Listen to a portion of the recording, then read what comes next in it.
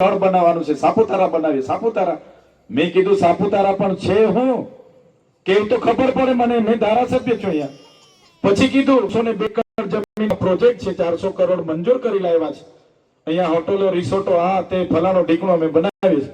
મેં કીધું આ જમીન તો અમારા આદિવાસી ખેડી ખાય છે, એના પર સનદ છે, એને લેવલિંગ કરાયું, કૂવો કરાયો, બોર કરાયો, સોલર કરાયું, એનું ઘર છે, પરિવાર 150 કુટુંબો ત્યાં વસે છે.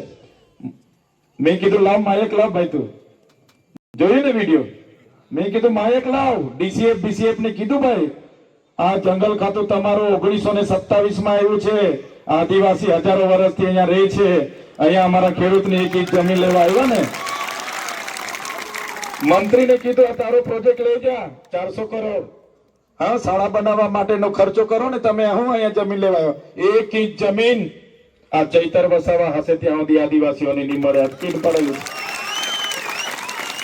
પડેલું છે. મંત્રીને કીધું તારે આર્મી મૂકવી હોય તો મૂકજો, અમે ગોળી ખાવા તૈયાર છે, અમે કોઈ પોલીસ જંગલ ખાતા બંગલ ખાતાથી બીતા નથી, અને અમે નીકળે તો જંગલ ખાતું બંગલ ખાતું ગાયબ થઈ જાય, એ નજરે બી ના પડે.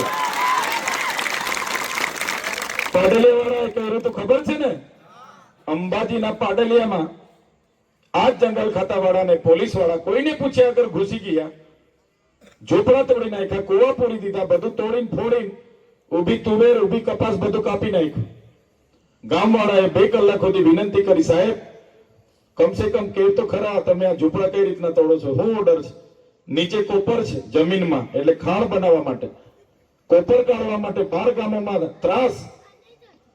અને પછી ગામ વાળા બોલવા ગયા એટલે આગેવાનોને લાઠીચાર્જ કર્યો, 27 ટીયર ગેસ છોડ્યા, 50 રાઉન્ડ ફાયરિંગ કર્યો, અને પેલો જનરલ ડાયર અહીંયા હતો ને સુંબે તેતા, મેં કીધું આવું છું મેં આવું છું કાલે.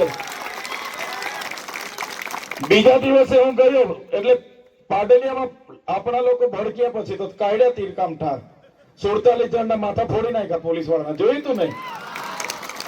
એટલે પોલીસે પછી 3 જિલ્લાની પોલીસ બોલાવી, ગાંધીનગરના આઈજીએ 3 જિલ્લાના પોલીસ 1200 પોલીસ બોલાવી, અને એ ગામોને કોમ્બિંગ કરવાનું સવારનું પ્લાનિંગ હતું.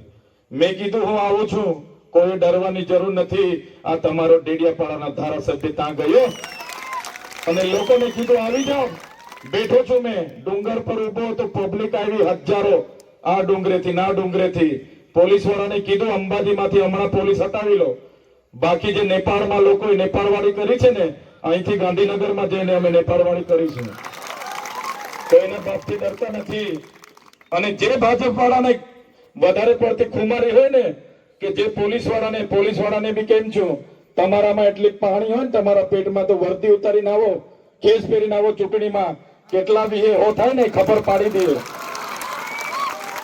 હા, કોની હાથે પાલો પડ્યો છે ને, આઈપીએસ એસપી બેસપી જેને પણ એટલી ખુમારી હોય આવી જાય, જેને ભાજપ હાથે એટલી એ લગાવ હોય ને, તો ખેસ પહેરીને આવો મેદાનમાં ચૂંટણી લડવા, ખબર પાડીએ કે